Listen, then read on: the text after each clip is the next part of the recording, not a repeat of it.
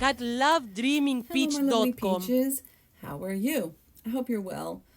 So, this is the intro of a video that I'm doing after the whole video has been made. So, last night I was watching a YouTube video and they were talking about Justin Baldoni and Blake Lively.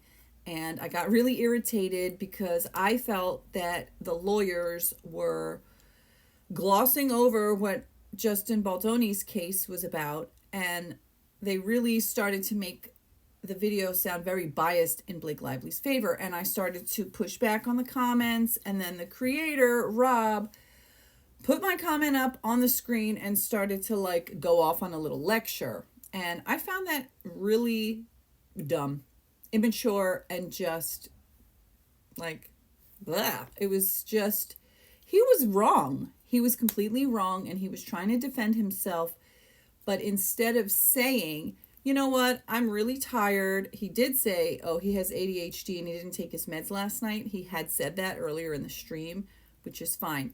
My whole point was, it's not right to read lawsuits but leave out the whole part of one of the parties, and then start commenting about how bad that person is when you didn't even read his lawsuit. That was my whole point.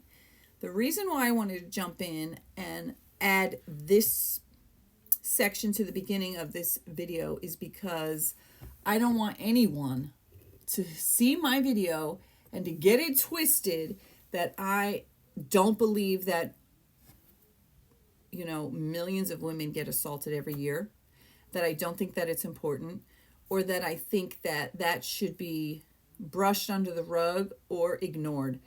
Not in any way.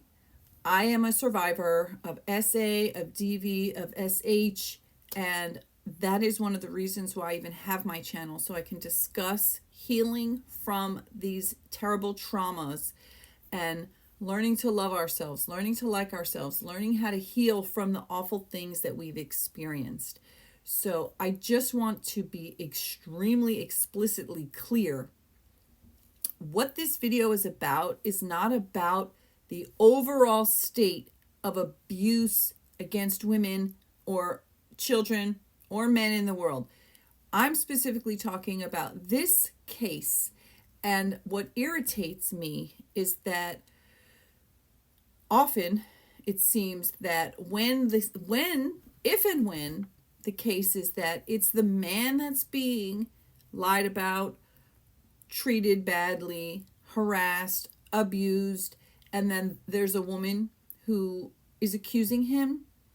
There are cases, again, a very, very small minority of the time,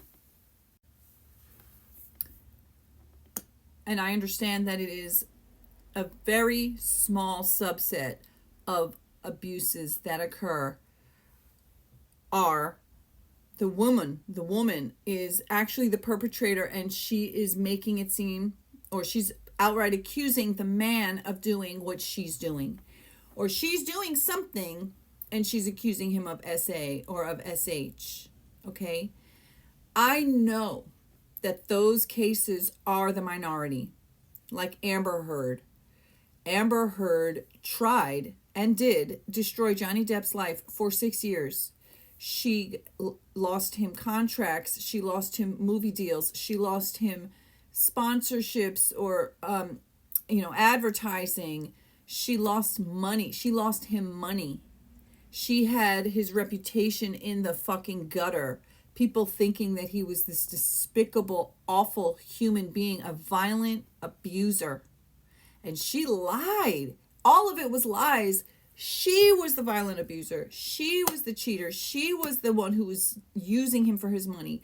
She was the one who had severe substance abuse issues, which then spiraled her into violent, chaotic episodes, many of which were caught on phone, video, or audio. And I listened to all that shit. I listened to the entire trial. I watched and listened to the evidence. Okay. So why I'm saying all this is because I strongly believe that people in general deserve justice. Men, women, children, the trans community, gender fluid people, everybody, non-binary, doesn't matter. What genitals you have are irrelevant. What matters to me is that people deserve to live and work in abuse-free environments, free from harassment. And that includes men. And when a powerful, rich, powerful person tries to destroy another person and then turn around and claim SH and SA, if it's a lie, then that's what matters. Justice matters. The truth matters. People being abused and assaulted and having their reputations destroyed because of lies, jealousy, or whatever the motivation is, it matters. So I just want to make it clear that I am in no way diminishing the fact that millions of women are assaulted daily. And that is something that we need to focus on. Women deserve to live safe. Men deserve to live safe. We all deserve to live safe and free from harm and free from these horrific acts and traumas against us. And I am saying all of this to just make it clear. Like I said, don't get it fucking twisted, okay? I am not in any way diminishing all the horrific abuses and suffering that so many go through. I am just focusing in this video on Justin Baldoni and Blake Lively. And just because thousands, millions of women get abused, that does not give a pass to one who may be possibly allegedly lying. And just because millions of men abuse and harm women doesn't mean that we can just throw a guy away and put him in the trash and say, you're just like the rest of them, if that's not true. Okay? Truth matters. As Glenn Kirshner says on his channel, justice matters. And I actually believe in that deeply. Okay? I believe that the truth of a situation is what we ought to be concerned about. As a potential juror, as a citizen, as someone who cares a lot about justice, I care about the truth. And if someone is lying and manipulating and abusing and using their money and their power to do so, then that needs to be called out. So I just want to be clear, although I'm making this little intro on TikTok, if you happen to watch this on TikTok, I am compiling all of the videos that I made last night into one long video, which I'm going to be sharing on YouTube, hopefully today, Saturday, January 4th, 2025. So that's what the video is about. If you're watching this video on YouTube, thank you for being here. And this is me talking about the live stream that I was watching last night on Law and Lumber and his bullshit reaction to me pointing out, yo, mofo, you sound biased as fuck. And I didn't say it exactly that way, but I'm saying it here. And he didn't take too kindly to it. So I just wanted to add this section to the video to make it clear. I am talking about one specific case with two specific people here. I am not commenting on all of the abuse cases in the world. And I don't believe that because something happens a lot to certain people, that means that one guy can be thrown under the bus under the guise of, well, it happens to women all the time. Just because she's a bitch doesn't mean she deserves what happened to her. But did it happen to her or is she lying? That's what I care about. No matter what kind of a bitch you are, you don't deserve to be SA'd or SH'd. But just because you're a rich blonde who's got a lot of clout doesn't mean that you can just fucking say somebody did something to you and that he has to be destroyed. His whole life, his finances, everything gets to be destroyed because she's jumping on the bandwagon of real victims. I think that when one person lies about being abused, that is a despicable thing that hurts all victims. So lying about abuse hurts victims, okay? And if that's the case, then Justin Baldoni is the victim here. That's all I wanted to say to start the video. Hope you enjoy it. If you do, don't forget to join me, like, subscribe, share, and enjoy the video. catlovedreamingpeach.com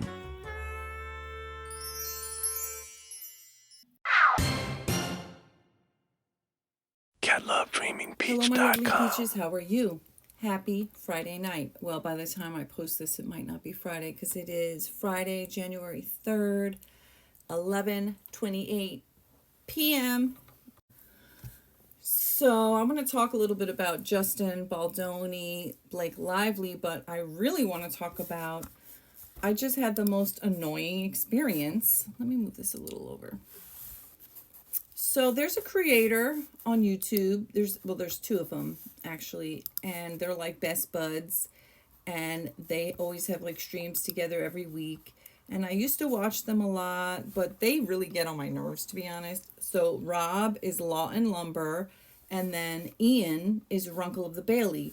They're both lawyers, and they cover things that I watch. And sometimes I watch them, but then like they always start to get on my nerves. I really don't like Rob's personality. I just find him super annoying. I don't know. There's just something about him. Like he's so touchy and testy and like, ugh, like, I don't know. I just find him very irritating.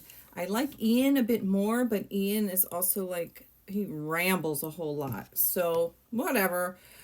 I watch them occasionally. I also don't like that. So one of my favorite creators is Emily D. Baker, and she loves them and they love her, but they've totally like copied her style in a lot of ways, which I don't know. I just think that's kind of annoying. So anyway, with all that, that is my 100% biased opinion.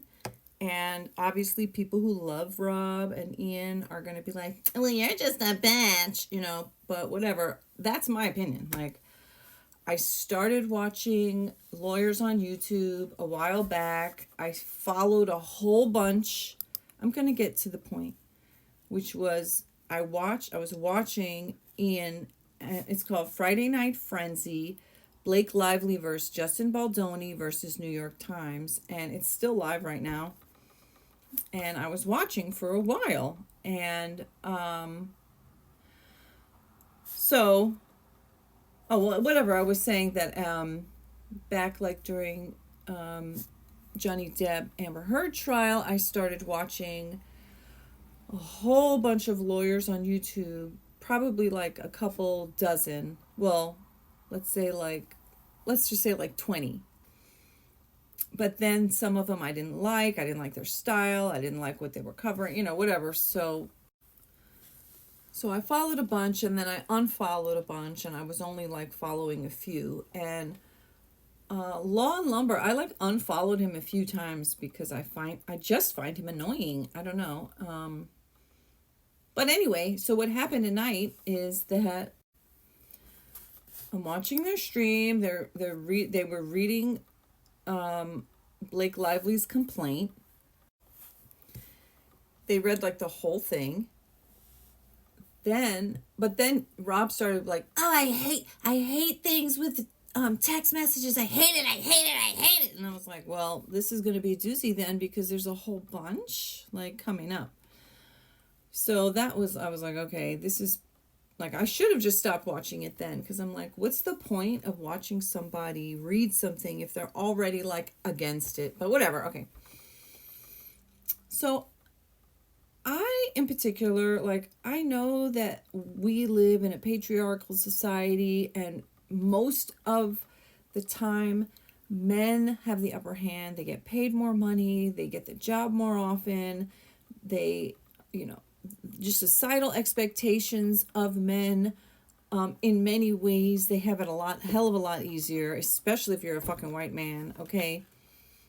And I get that, but I don't personally think that because that's true, that means that we should shit on men whenever we can. And like, there's certain areas where men always get screwed.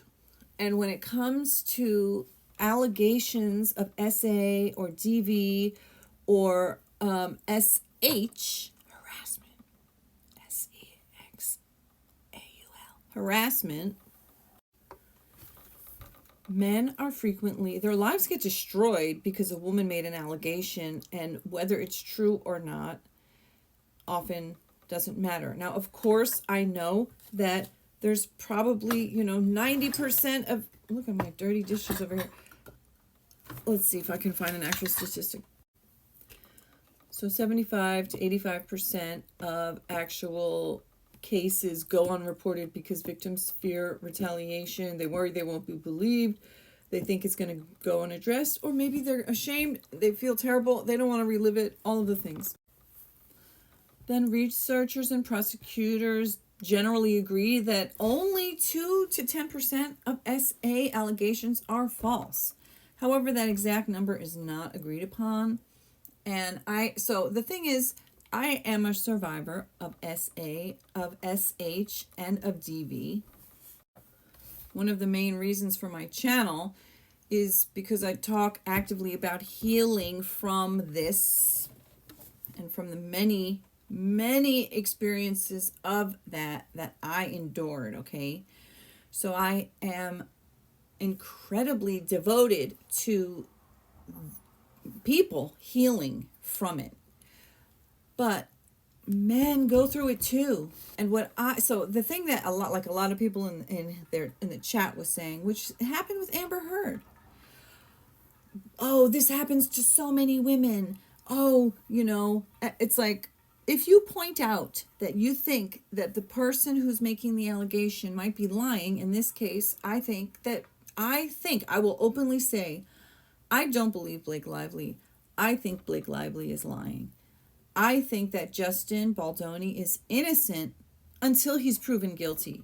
And unless and until she can prove that he did these things, then I'm going to take the character that he's been displaying.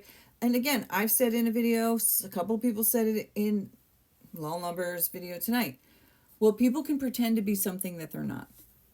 True.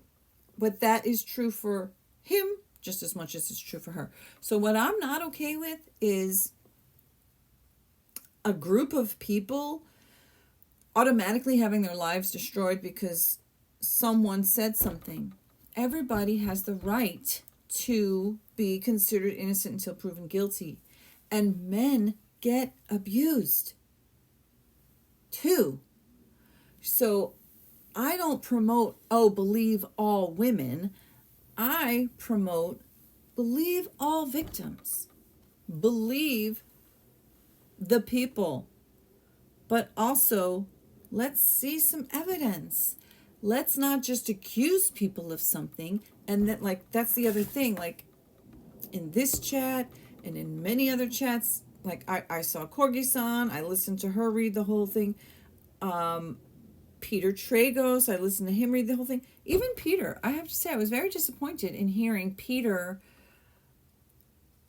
dismiss so much of what Justin was saying. So what happened tonight on the Law and Lumber stream, Law and Lumber with Ian, was that they read this whole thing they read all of Blake's thing. Then they started to read Justin's part. Got not even halfway through. I get it. It's 88 pages, and I get it. So what I think would have been appropriate would have been to say, there's no way we can read this whole thing. So why don't we read to the point that we can, let's just read it through until we get to the point where we're ready to stop. Then we'll stop, and then we'll continue. But what they decided to do was to go scroll. Well, I don't have the access to the lawsuit, but so they read a little bit of the lawsuit. Then they were like, there's no way we can read this whole thing. They went zip, zip, zip, zip, zip, zip, scrolled through the whole entire thing of Justin's. And then they started to read Blake Lively's lawsuit. So I started to comment, wait, now so what they did is they just went zoop. They didn't read any of the stuff that Justin said. They didn't read any of his counterpoints. They didn't go through all of the text messages where she had shown some, but then he showed all the stuff that was left out. And instead of them taking the time, they went through all this crap, all the allegations that she made against him. I guess I'm going to have to do part 2 to continue because it's already getting to the 10-minute mark. So anyway, I started to make a bunch of comments, and then Rob literally put my comment up and started straight up started to like lecture me, and I'm commenting like, you skipped a part and now it sounds skewed. Like, I get it that you can't read the whole thing. Fine. I'm not saying read the whole thing. I'm saying, why skip the middle? They just jumped to start reading Blake's lawsuit. Oh, this is what pissed me off.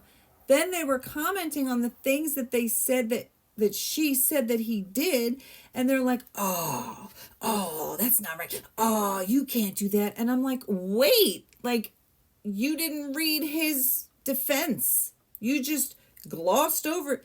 And it's like, how do you not expect people to think that he definitely did the thing if you don't read his part? And then when I started saying, wait, then they started getting mad at me like, well, I can't read the whole thing.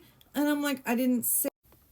All right, I'm going to make part 2 so I can continue, because obviously, like, there's no way I could have said everything I was trying to say in this video in the chat, but I was like trying to be clear, like, but you missed the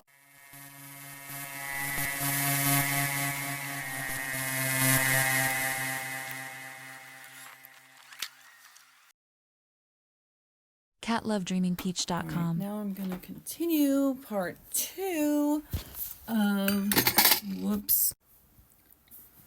my annoying experience tonight watching Law and Lumber.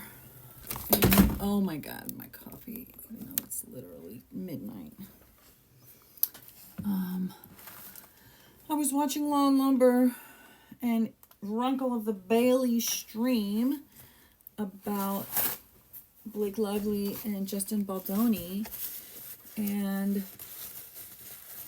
they read like all of Blake Lively's complaint, then started to read Justin's lawsuit, and then said, well, we're not going to be able to read this whole thing tonight, which is fair. I'm just recapping part 1. And then what I think would have made more sense, if you want to come from an unbiased legal point of view, what makes sense to me is you read her complaint, then you read his lawsuit, which came out. You read up to where you can. You stop when you can't continue. Then, when you have time, you go back and you start from where you left off. But what they did is they scrolled past almost all of Baldoni's lawsuit. And because I've already heard Peter Tragos read it, and I already heard Corgi-san read it, when they started to then get into Blake Lively's lawsuit and talk about all the things that she was accusing Justin of doing, and then they were like, oh my God, oh, that's not right, oh, that's so bad, I started to get annoyed, because I'm like, well, wait, you skipped the middle. You skipped his part. So they're commenting negatively on what Justin allegedly did, but they didn't give any airtime to hearing out his side. So then and I'm commenting like, you need to stop reading because you're screwing it up. So Rob decides I said, you need to stop reading because you screwed it up.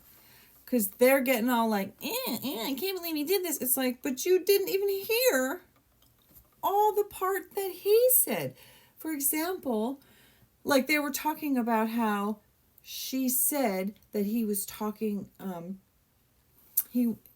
about the additional sex scenes that he wanted her to add that were not part of the script. And she's like, oh my God. But his lawsuit said that he had hired an intimacy coordinator, set up a meeting. She said, no, I'm not coming to the meeting. Then he was like, okay, well, I'll go meet with the lady. He went and met with the lady. And then Blake, instead of Blake meeting with the intimacy coordinator, she wants Justin to come tell her alone what the intimacy coordinator said. So he's telling her about the scenes that the intimacy coordinator was trying to coordinate, the intimacy scenes that she was supposed to be part of. And that's what she's claiming he was trying to put in these scenes. No, but he said no, it was intimacy coordinator, which is like all on text and stuff. They skipped that part. And they jumped to the part where she's complaining and saying that he was doing the thing, but they didn't take the time to read his side, which annoyed me because I came there for a non-biased legal perspective. Not two fucking idiots yapping, skipping over all of his point, and then jumping to her allegations and going, oh my God, that's so wrong. Like, what? Stop, motherfucker. Read what he said. Okay. So then what else? There was, they're reading like, and then he's biting and chewing on my lip during the kiss, an improvised kiss. So I'm like, you guys, like, it's like, I don't understand why you skipped his part. Like, it's sounding skewed because you didn't read his part. And they're like, well, we can't read the whole thing. I'm like, not the whole thing, but start, like some, just read some. Then he starts like, well, what should I look for? So I start saying, look for the part about her pumping, because she claimed they walked in on her while she was nursing and she's naked nursing. First of all, why would you sit there fucking wide open naked nursing in a trailer with no locked door, knowing damn well that people could walk in? Okay, but let's say you wanted privacy. Should they knock first? I would assume if you were going to do something where you were going to be in a state of undress and you're on an actual movie set where you're working, would you think maybe lock the door just for your own privacy? Maybe. Okay, but again, I'm not going to blame anybody. If she was nursing and he walked in on her, or she was pumping and he walked in on her unannounced, I would expect, like a mature person, you would say, oh, please come back later, okay? She claimed that they walked in on her while she's like naked and they refused to leave and they're like staring at her or whatever. And insisting that they have to have a meeting while she's like that. Okay, that's what her thing said, which they read on their stream. They skipped over the whole part where it was literally screenshots, time-stamped text messages of her inviting them to her trailer. And the response where they're like, well, she said, come to the trailer. They come to the trailer and it was Heath, the Heath guy. And then she's pumping or whatever.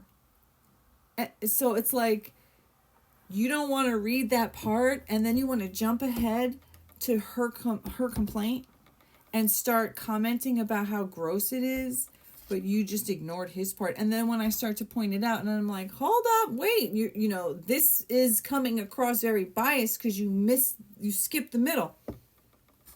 Then Rob puts my comment up on the stream and he goes into this whole lecture about whatever. To be honest, like a bunch of people started to like comment at me like, oh, I need to just stop. I'm like, stop? Like, he's reading, it sounds skewed. I'm just saying, just read some of Justin's. Oh, right. And then when I'm like, look for the pumping thing. Then he's acting like he's searching. He's like, I'm looking at the comments. You're telling me to look at this. He starts to read again, but he's reading Blake's lawsuit. He just completely cut out the middle. And then when I'm like, why aren't you reading Baldoni's part? And then he starts to gripe about, we can't read 88 pages. Well, then why are you skipping ahead?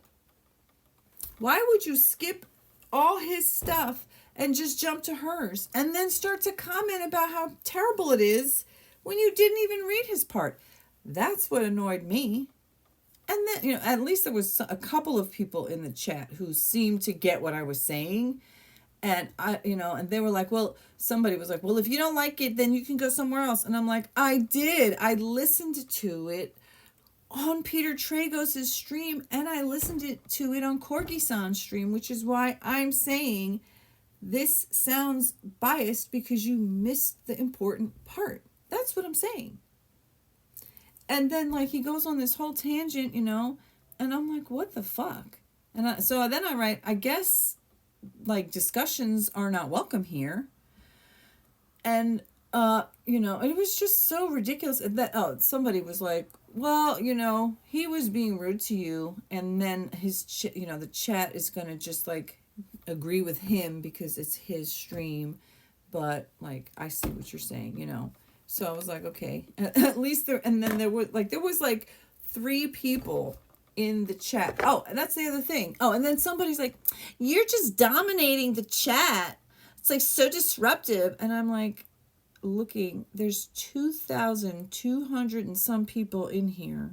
And I've literally been seeing the comments go, and I keep seeing a bunch of the same names go, go, go, go, go, go, go, go, go. And I'm just like typing a few comments, and they're like, you need to stop. I'm like, what the fuck? How dumb. So I left. Because, like, obviously, why would you present it that way? Or at least say I'm biased and I'm going to just be biased. Like, I'm not denying that. I am a Justin Baldoni fan. I have been a Justin Baldoni fan for years. I've watched Jane the Virgin. I only watched like 1 or 2 episodes of his podcast, but I was aware of it, and I did watch it, and I did like him. And what else was he in that I saw? Well, I'll be honest, I haven't really seen that much of his stuff. He was in Will and Harper. I want to see that. He's been in a bunch. He's been in a lot of stuff. 2005. He's been in a lot of things.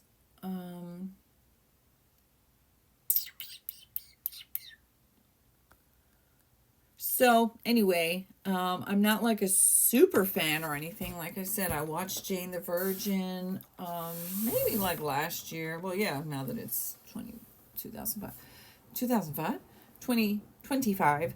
I like him.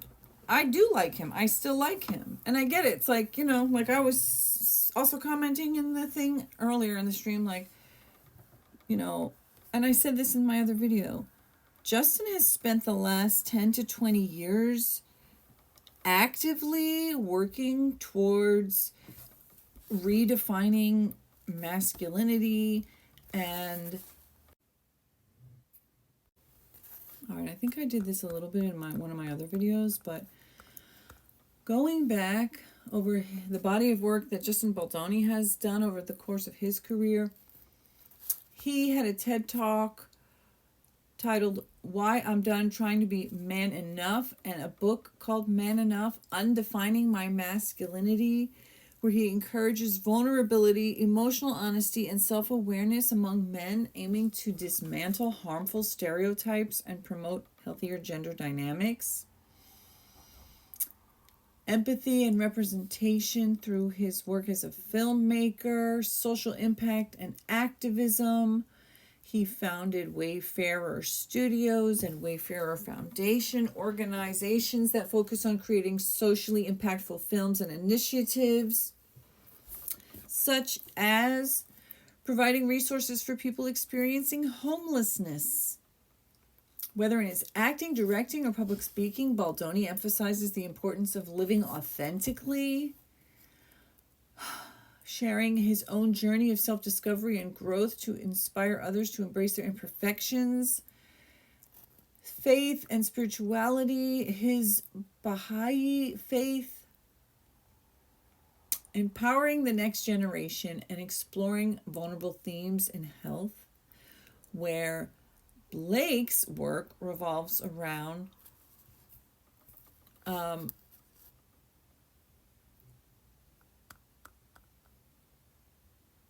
style and glamour, branding,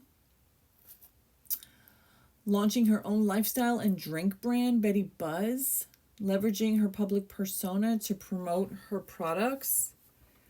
However, critics have noted that she tends to blur the lines between promoting her brand and promoting meaningful products. Controversial choices, such as where she got married to Ryan Reynolds. So that motherfucker, he got married at a plantation as well. She's collaborated with and defended Woody Allen. Her choice to work with him drew significant criticism because she publicly praised him despite the long-standing allegations against him from Dylan Farrow, his daughter. And he married his own other stepdaughter. She romanticizes the antebellum culture, which is the promotion of the antebellum South through her lifestyle brand and social media posts, has been called out for romanticizing a period marked by systemic slavery. This contributed to perceptions of her being tone deaf to issues of racial justice. So she has criticisms because she's tone deaf to SA allegations and working with a long-standing accused abuser. Tone deaf to racial justice.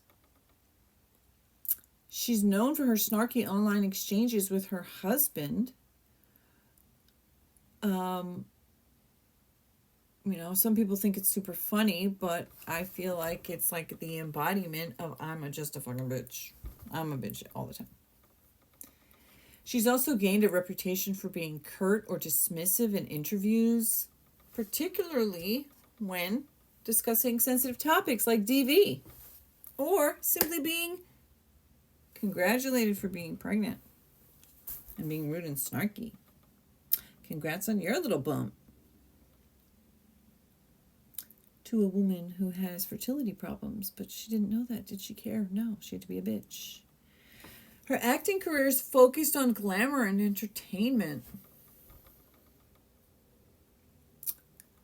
More like high-budget films rather than addressing profound themes.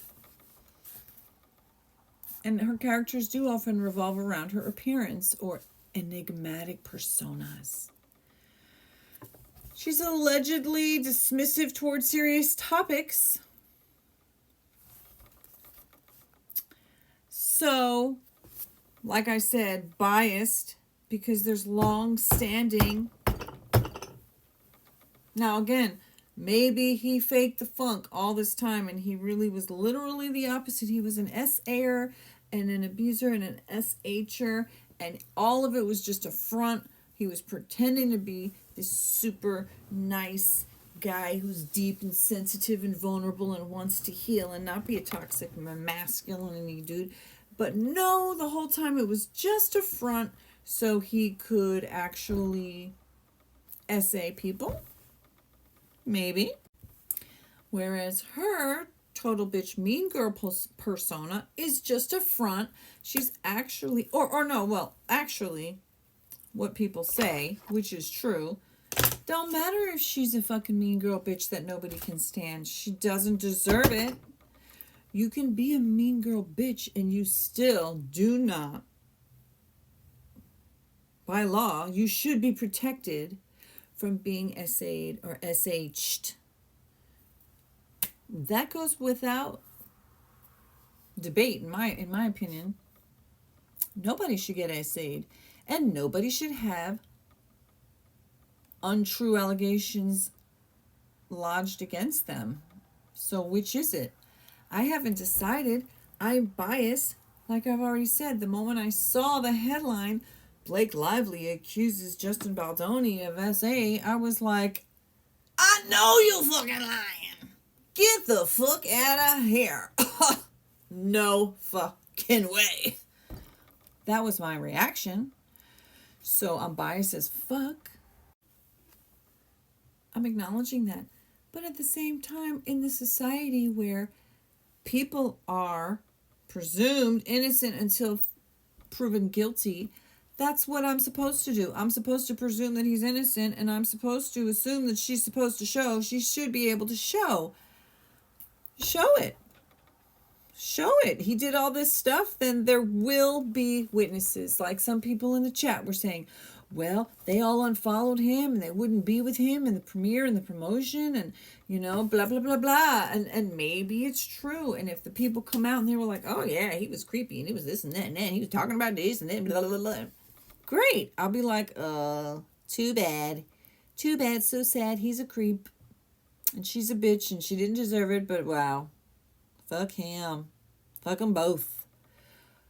But if she's just a vindictive and rich bitch who, I don't know, did she have a thing for him and he rejected her? And then she was like, oh, fuck you. I'm going to tell my husband that you were doing this and then the other thing. And we're going to take you down, motherfucker. And literally destroy your life.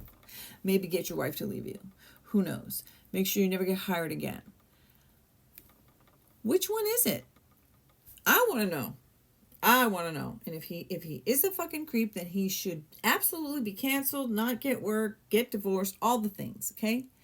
But if she's the fucking creep, then she's the one who has to pay, get canceled, and all the fucking things. Let's apply the law justly, evenly across the board, and not ostracize men and act like they're the guilty party. Oh, some blonde bitch said this, so must be true. That's why I got pissed with Rob Lawn Lumber.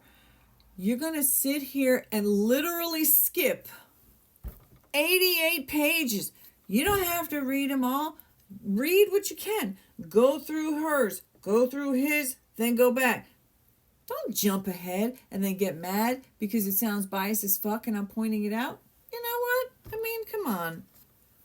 And it's so weird that I was like, these annoying mofos, let me give them a chance. Let me give them a chance tonight. No. Like I said, I do like Runkle. He's pretty cool. But when him and Rob are together, I'm like, how dumb and immature. You're a lawyer. You're a family law lawyer. And that is how you're going to react. And then he had the nerve to try to justify it and be like, well, I've seen too many back and forths. You don't skip the dudes. That's biased as fuck. You're going to read hers, skip his, read just a little bit of his, and then go to hers. And then you're going to be mad that I'm like, hello, mofo. Biased, huh? Biased hoe.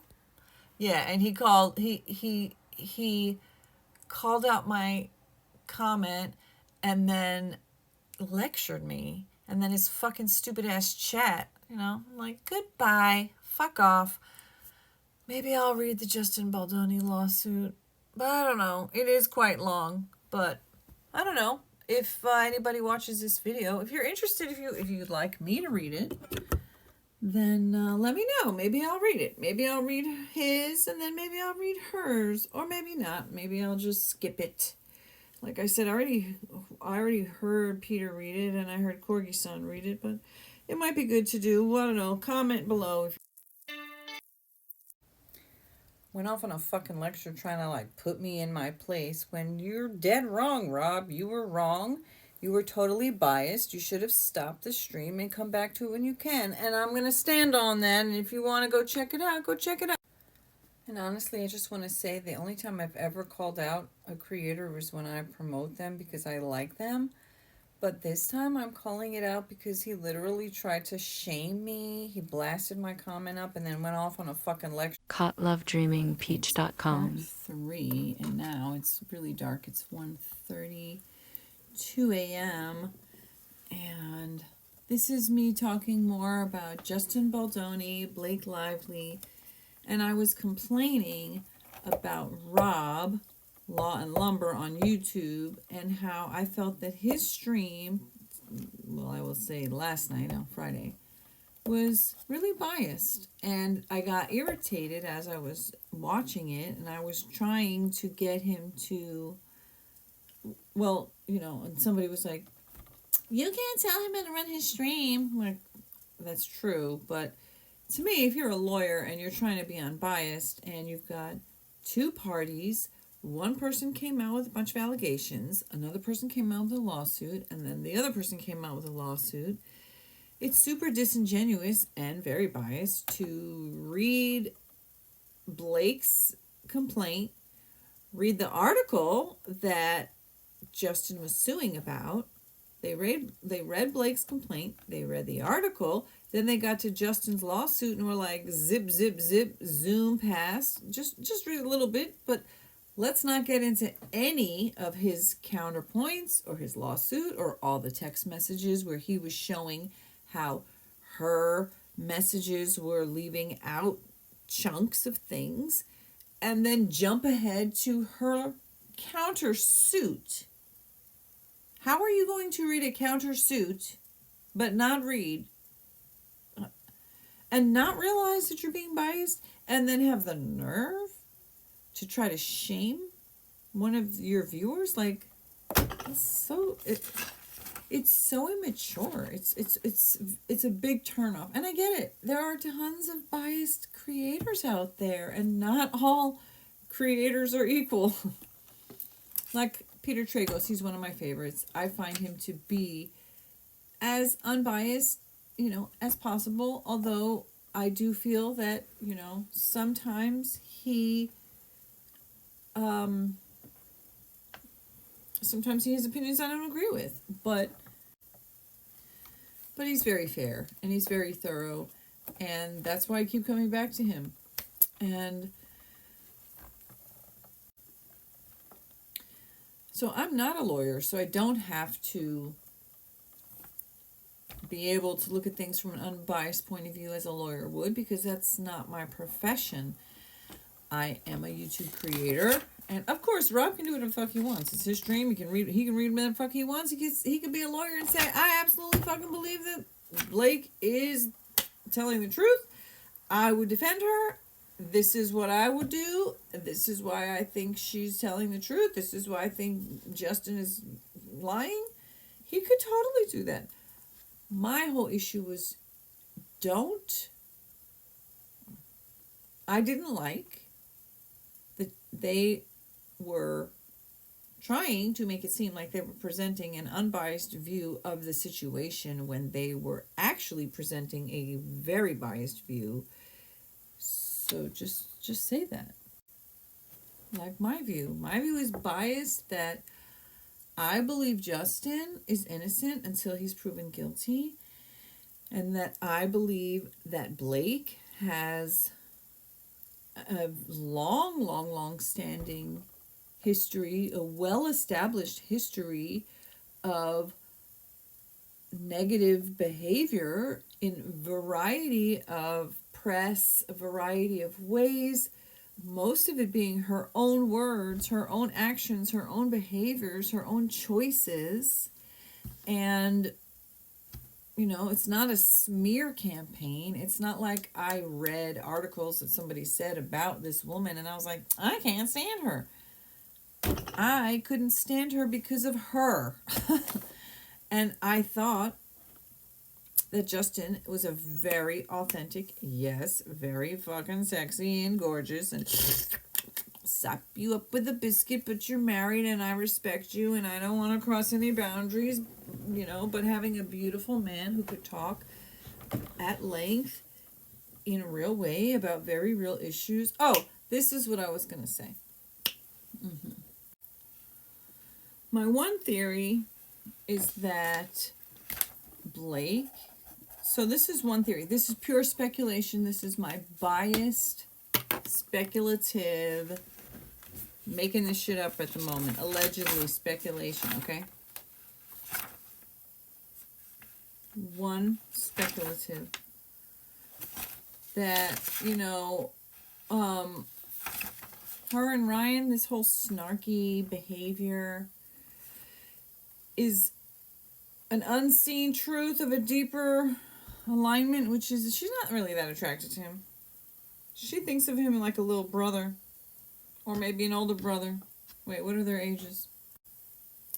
Oh, damn, okay, there's like 11 years. She's 37, and Ryan is 48. Okay, so a much older brother, like an uncle. So one theory, allegedly speculation, my bias speculation, is that she ain't that into him sexually, you know? He's got 350 million or 3 billion, somewhere in there, from Mint. Remember Mint? And then he had a whole bunch of fucking movies. So he's either a multi-millionaire or billionaire. A few reasons why you would stick around, okay? Plus they got kids. So one theory I have is that, yeah, she's not going to break up with Ryan. Why would you break up with a fucking billionaire and you guys have this public persona of this such a funny, so authentic. They're so funny and authentic without they're so snarky all the time. In walks Justin Baldoni. Now, first of all, you know that stars almost always fall in love with each other, just period, because it's super, super, super fucking intense. It's made like that. You could do that, act in a play, and tell me you're not gonna half fall in love with the fucking guy. People fall in love with coworkers just because they're trapped in this weird, and they're not even acting like they're in love, okay? And then you get out of the office and you're like, that guy? Okay, but anyway, so theory one. She really wanted him. Whether she wanted to just fuck him, just have a little side piece. She's not going to leave Ryan. But maybe she really wanted to fucking do it. And he didn't. He's married. Maybe he's happily married. Now, again, this is speculation. She wanted him. He rejected her. And she decided, okay, vindictive vengeance, bitch. I am rich and powerful. I am going to tell my husband that you SA'd me, you SH'd me, you said all these nasty, inappropriate things. And I'm going to say all this stuff in a way where it's almost everything that you did, supposedly, allegedly, was when it was one-on-one and it was just me and you and ain't nobody there to prove it. And I get it. Although that brings me back to say, as an SA and DV and SH survivor, I am fully aware that sometimes there's really not any evidence. But in a case like this, there would be. Why? Because you're filming. There's text messages. There's witnesses. There's a lot of other people. So if Justin really is a fucking SA creep, it's going to come out. And if he's not, and she's a fucking controlling, lying, vengeful, vindictive bitch, that will also come out. So, speculative theory number 2 on my part is that it's not that, I do personally think that she was attracted to him and he rejected her and that sparked rage.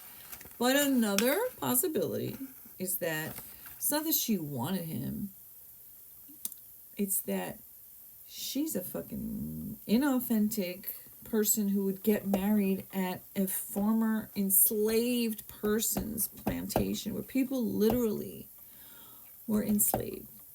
And she had her wedding there. Okay? That is a deeply, deeply disconnected person. And all the other things. Like, we can't pretend that she's not the person that she obviously is. No one should be subjected to being SA'd or SH'd, no matter what fucking kind of a bitch they are. But that includes men. Men have rights, just like women, just like children, just like transgendered people, non-binary people, gender fluid people. Everyone deserves to live abuse-free. And everybody deserves to be believed, like their innocence deserves to be believed, and if you make accusations against someone, you have to prove it. That's just the way it is. It doesn't matter what it is. If I go and I say, oh, he stole something from me, she stole something from me, or she did this thing. Well, if I'm gonna try to like actually do a lawsuit or something, I have to have some way to prove.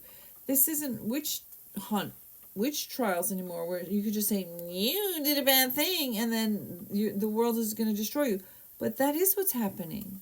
He did lose. Let's see. Let me look. So he's already had significant loss, personal and professional repercussions. His talent agency, WME, dropped him following the allegations.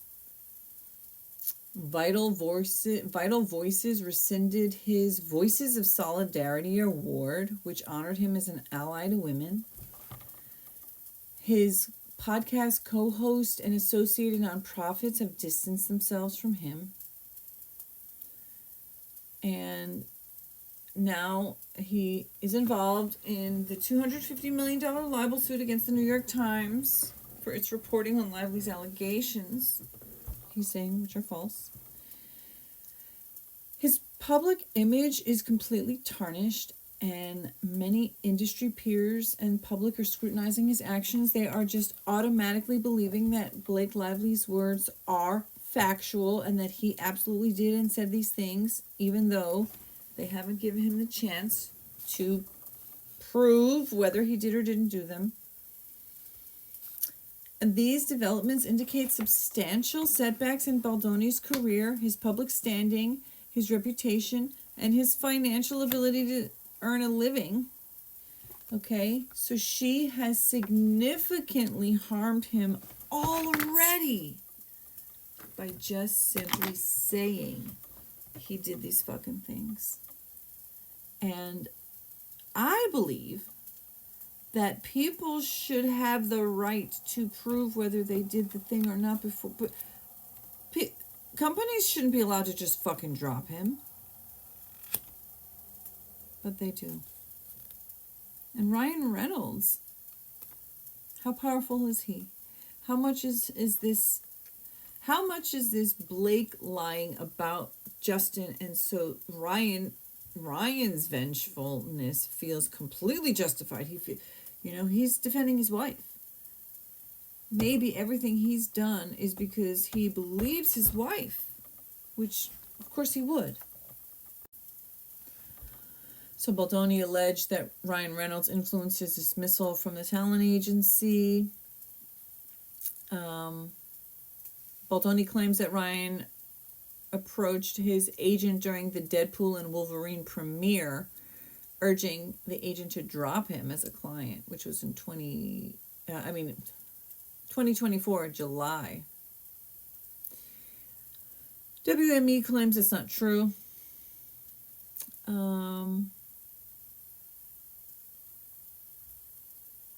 Baldoni also alleges that Ryan Reynolds met with him alleging inappropriate behavior towards Blake and characterized it as beratement.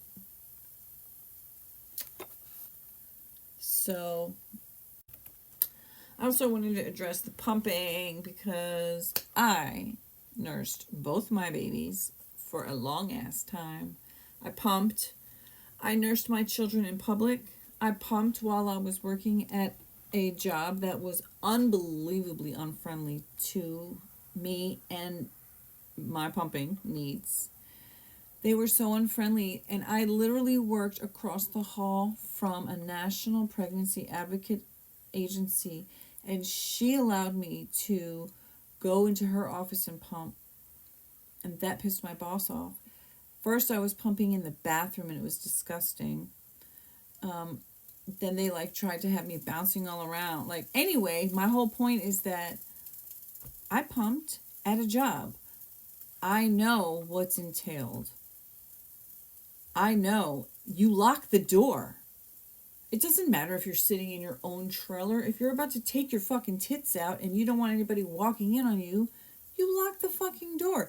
And if you forget to fucking lock the door and somebody walks in, you don't turn around and scream harassment. That's insane. Okay? So, that's my opinion. Also, I nursed in public. And, sometimes the nip slipped. I don't fucking care. I was feeding my baby, keeping my baby alive. I did not care about it like that. I get it that some women are incredibly private about it. If you are incredibly private about it, then you as the mom makes sure that you're in a position where people aren't walking in on you in a work environment. So because I did listen to his side of things, and there were text messages that show she texts them like, come now. And then they show up, or the Heath guy shows up, and he's like, I'm going to a meeting, meet me there. And she's like, no, stay here. But then turns around and accuses him of being inappropriate. What's the truth? Because if what he's saying is true, that's disgusting on her part. If what she's saying is true, that's completely inappropriate, and that shouldn't happen on his part. I want to see all the text messages. I want to hear it. I want to hear witnesses. I don't just believe one side. Oh, and I was saying in my notes, I think that Rob is very immature and very high-strung. Because, like, come on. I get it. We get tired and stuff like that, but if someone is pointing out to you, hey, I've listened to this whole thing that you didn't, and I'm telling you that by jumping ahead the way you are, it's coming across really biased, so maybe you should, stop, go back, read the other person's perspective, or stop the stream, But hey, whatever, it's not my fucking business to tell him what to do. But I gave my opinion, and it was very unwelcome. So again, Justin Baldoni, yeah, he could be a creep. He could be a fucking creep. I know that. Beautiful men could be creeps. People who act like one thing could be the other. It's true, okay? Oh, but as an SA survivor, and also in particularly, I specifically have a big soft spot and a whole bunch of concern, in particular for wrongly accused men, specifically because my father was a wrongly accused man, and that false accusation by my biological mother against my biological father fucked up my life. It fucked up his life, not forever, but in a lot of ways it destroyed any affection that me and my dad had between us. Was forever altered in a negative way because of the false accusations that she made against him. And while he was cleared, and he never had as far as I know, there were not a lot of people thinking that he had done that. There were people who thought that he did have to go through that. His job, going through the courts, the people at the school, she literally showed up to the school and lied and told them that he was doing this. So yeah, I have a particular concern for wrongly accused men, and there are so many men out there who are horrific, evil monsters, and we know this. I just, in particular, when I see something that a red flag where I'm like, oh, somebody is getting lied on. It doesn't matter what genitals they have, but I do care, and that's a particular thing I care about. So yeah, is she an unrequited, vindictive,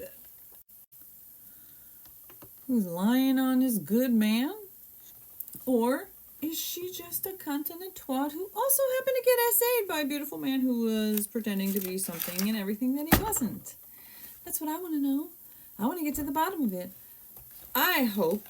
Well, so what I think is that if he did do those things and she offers him a settlement, he'll be like, yep, let's settle, girl, because I don't need everybody to find it out. Settling does not mean you're guilty, but I believe that if he's truly innocent, he is not going to want his reputation out here all fucked up. So he's going to want trial, because he's going to want to have the right to prove, and whether somebody like Rob and Ian want to hear his side or not, it's going to be out there. And of course they would listen to it, I get it. They'll listen to it, but I still feel like, don't fuck around. Don't fuck around unless you're going to say you're fucking around. Don't pretend you're being non-biased when you're being fucking. At least admit it. All right, now I am going to put the captions on this video, and then maybe I'll compile it and share it on YouTube, or maybe I'll do that later tomorrow. Anyway, join me, Cat Love Dreaming Peach. CatLoveDreamingPeach.com.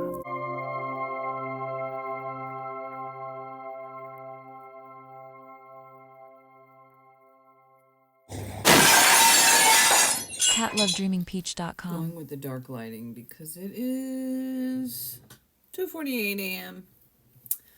Part 4, I guess. This is me talking about Justin Baldoni and Blake Lively. At this point, this is just my speculation, my biased opinion. While we wait to hear, what else.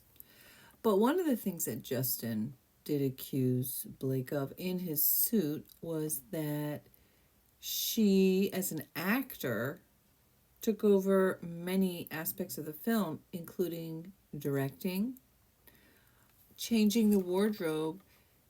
His lawsuit said they had already gone through all the time and the energy and the budget to pick out her character's wardrobe.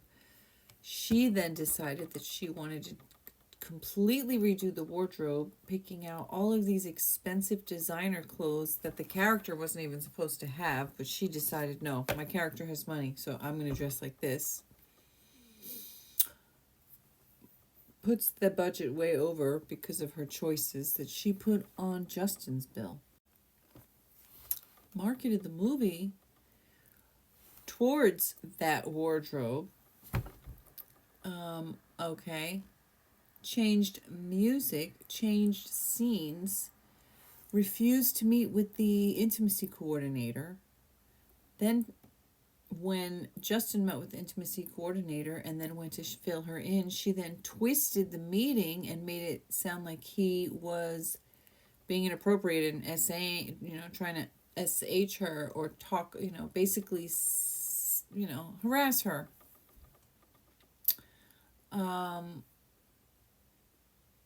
She took the script from him, had her husband start rewriting parts when the Writers Guild was on strike. Then, also, after the fact, she wanted to edit it. She wanted to be in on the editing. He points out, I don't know why she'd want to be in this tight, intimate space, working one-on-one, close-knit in this private little booth if she truly had felt harassed by him all that time. Why would she insist that they be in this little booth? Then she kicks him out of his own fucking booth, does her own rewrite, fires his editing people, hires Ryan Reynolds editing people, then has her own fucking actor's cut of the movie, which she didn't even let Justin see. Then there's 2 cuts, the director's cut and the actor's cut. They test run both. The director's, she says, let's test run them. Whichever one does better, we'll go with that. They test run them. His does better. Justin Baldoni, the director, his cut does better. Then she says, you know what? Actually, fucking never mind. I want my version out anyway. So, apparently, it is exceptionally rare for actors to take over significant aspects of a filmmaking project unless they are established stars with proven influence and expertise, which I don't know if you would say that with her. Yeah, people know her name. Yeah, she's married to a super famous guy. Do I believe that she's famous on her own merit, or that she's as famous as she's famous on her own merit, true, but do I think she'd be more than a dime a dozen, plastic surgery blonde chick in Hollywood if she wasn't married to one of the most influential and rich, well-known actors, Ryan Reynolds? I don't. I really don't. I don't think that her acting, her looks, her personality, her film choices, or anything that she's done is so remarkable that she on her own would be such an A-list star if she were not married to who she's married to. It says there were a few notable actors such as Clint Eastwood, Ben Affleck, and Bradley Cooper who had successfully transitioned into directing, often directing films that they also star in. However, they typically take on these roles officially and with the studio's blessing, not fucking taking over some other director's movie. Oh, God, one click and it goes so much higher. Actors do occasionally request script changes or maybe improv a line here or there, or, you know, if they feel the character's dialogue or motivations would need adjustment. It might happen in collaboration with directors and screenwriters. For example, Marlon Brando was infamous for altering scripts to suit his vision, but his influence was exceptional. Having competing cuts of an actor's cut and a director's cut is highly unusual and would likely create significant conflict. I'm reading over there, by the way. In most cases, the director has contractual authority over the final cut, or the studio retains that power.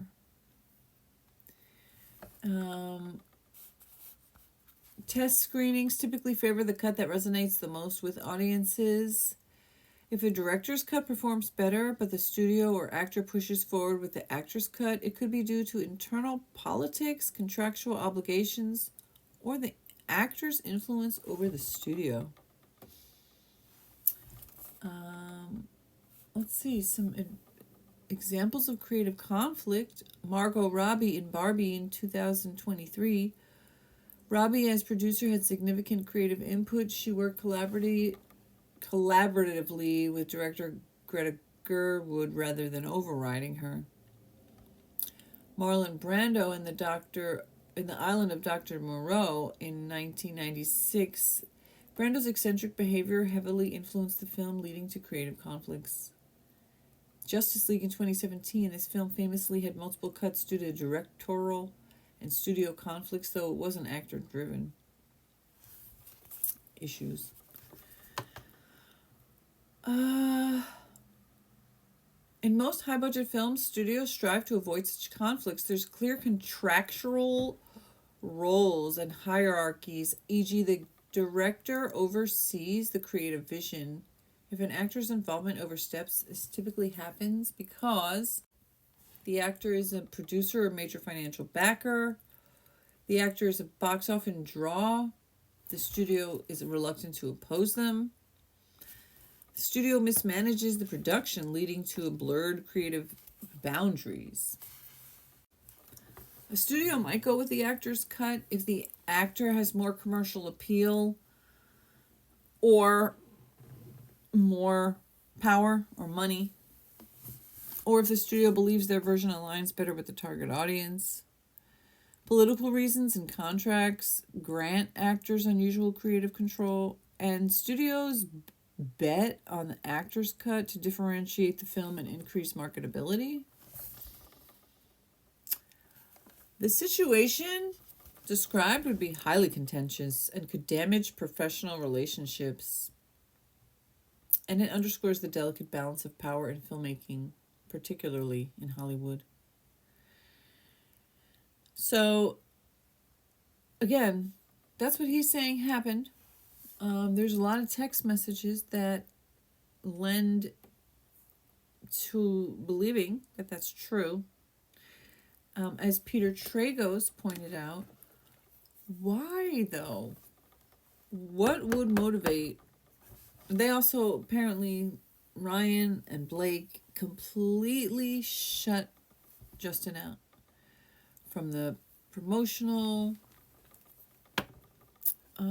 promotions and the marketing. I think he wasn't even allowed on the poster. Yeah, girl, check this shit. Look at this bitch. She was like, fuck him. Fuck him. Let's see. It ends with us marketing dangerously sidesteps the film's biggest point. Yes, people were pissed at this bitch. This was an orgasm. So bitches don't deserve to be SA'd or SH'd. And motherfuckers don't deserve to be lied about. So let the truth prevail. Let justice prevail. Whoever, whatever, I don't care. It's not going to affect me either way. I just want the truth to come out. I just want justice to Justin. If it's for Justin, let justice for Justin reign. And if it's for Blake, well, let her get hers. GetLoveDreamingPeach.com. I will just say that one of the first thoughts that I had about this whole thing was that Blake was attracted to Justin and he rejected her, and so she is on a vengeful, I am going to destroy you. And that, similar again to Amber Heard, how it seemed clear to me that Amber loved that every day she got to be in the courtroom with Johnny Depp all day long. And she even said at one point, like, you won't even look at me, or something like that. And one of my theories that I talk about in this video, which is pure speculation, my biased opinion, which is just a maybe, like for motive, is that she was really into him, but he rejected her. And so she decided to flip the script and say that he was harassing her, that he was SAing her, that he was trying to kiss her all seductively, that he was talking about sex with her and do all these things. And that one thing that's coming out of this is that now everywhere you see Justin Baldoni, Blake Lively, their names are merged. And if and when this actually goes to trial, she will be in a room with him. And this is a way that she gets to talk about him every single day. She gets to talk about him in all these salacious ways. Of course, she is telling the world that he's a despicable person, that he's a liar, that he's a faker, that he is literally the exact perpetrator that he pretends not to be. And she has got thousands, if not hundreds of thousands, if not even a million people thinking that he did something awful to her. And they look at her and they're like, oh, what a beautiful, sweet, oh my God, she's such a victim like all of us are. Which, yes, many of us are victims. Which is why I in particularly find it extremely despicable to do this, if allegedly it wasn't true. But I did just want to say, you know what? As I was saving the name of my video and I'm writing Justin Baldoni, Blake Lively, I'm like, oh, if by chance this is fake allegations that she's making, false allegations, lying on him because she's hurt, she's jealous, she wanted him, he didn't want her, or whatever the case is, this is a sick way of having their names together, having everybody who thinks of her will automatically think of him. If they think of him, they'll think of her. The world has now blended them, spliced them, merged them together, even though it's in this terrible way. But it's salacious. It's just, now the world is looking at him like he's a creep, a terrible person.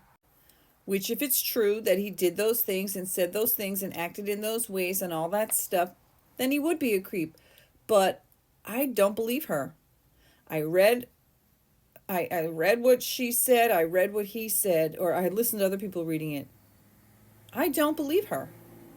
And I think the fact that he's showing all text messages and hers were just cherry picked.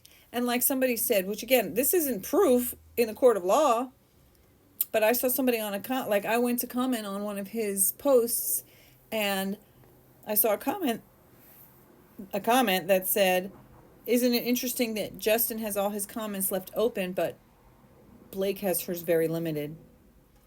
And again, people can do what they want to do, but it's just interesting to me that this has... Now again, if you're a true victim, this is the exact reason why somebody might not want to come forward. You wouldn't want to come forward because you don't want your name and their name squished together forever. You don't want people thinking of you in that person. You don't want people thinking about you in those disgusting ways. And having to come forward puts you at risk of being ridiculed and not believed. Like, look at E. Jean Carroll. She's an 80-year-old woman, and people still think she's a horrible, lying, out for money kind of person, out for clout. Like, saying SA gives you clout. Unless you're trying to destroy someone. So, like in E. Jean Carroll's case against Trump, she went to court and she was able to prove it was true. That's why he has to pay her millions and millions of dollars for defamation. And I think that that's what's going to happen in this case. My instinct tells me Justin Baldoni is innocent and Blake is going down. And this is her sad, twisted, fucked up, pathetic way of trying to get sympathy. People have started to despise her because she's despicable. She is despisable. Everything about her that you can look up makes her obviously a fucking ratchet ass person. And when you look at her before plastic surgery, she's a goofy ass white girl who went and got a bunch of plastic surgery to make herself look all perfect and landed a rich guy. Okay, and yeah, maybe she can act. Maybe she's got good skills in that sense. But the rest of her is fucked up and ratchet. That's why I am on Team Baldoni. I don't believe her. I think that she's a liar. And I think he's a really good guy with a lot of integrity.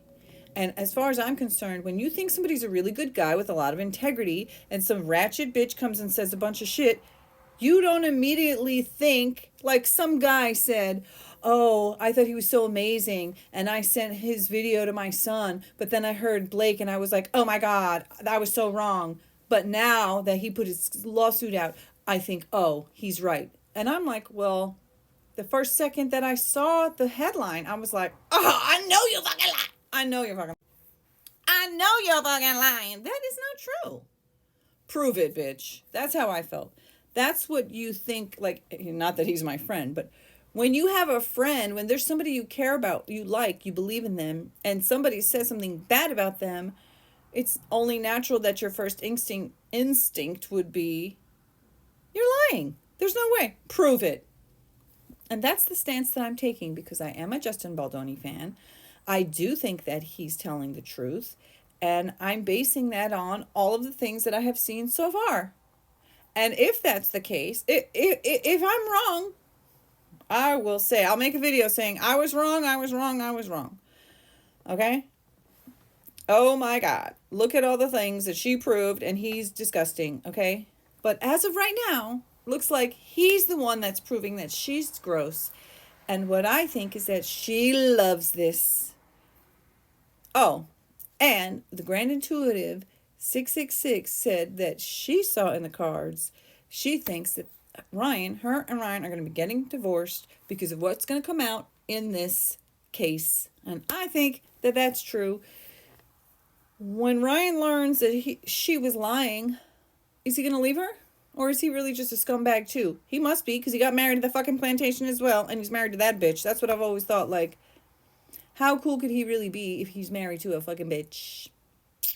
But anyway, we'll see. We'll see. These are my speculative thoughts and instincts and my opinion and my speculation and my biased view and my imaginative what ifs and like, what if she was so lusting after him, and the fact that he has so much integrity and that he is literally woven into the fabric of who he is as a human being, and everything he does, everything he stands for proves that he truly is this good guy who cares a lot about dismantling toxic masculinity. And here comes this fucking toxic ass bitch who wanted him, couldn't have him, and decided, well, fuck you then, motherfucker. I am going to destroy you.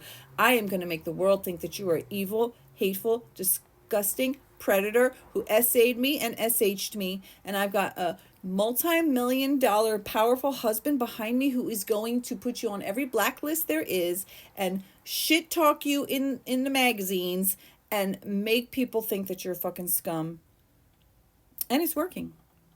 But I was so glad that he put out that lawsuit, because I was like, if she's lying, he is going to sue her, and he is going to sue her big time. And that's what I think is happening. And I believe that we are going to find out that this bitch is Amber 2.0.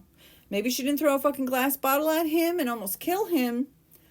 But when you try to destroy somebody's entire reputation and ability to earn a living and make everybody think that they're fucking hateful, you're like trying to kill them in some way. That is so fucked up if that's the case. And if that's the case, that bitch needs to pay. Those are my opinions and my speculations and my bias. See ya.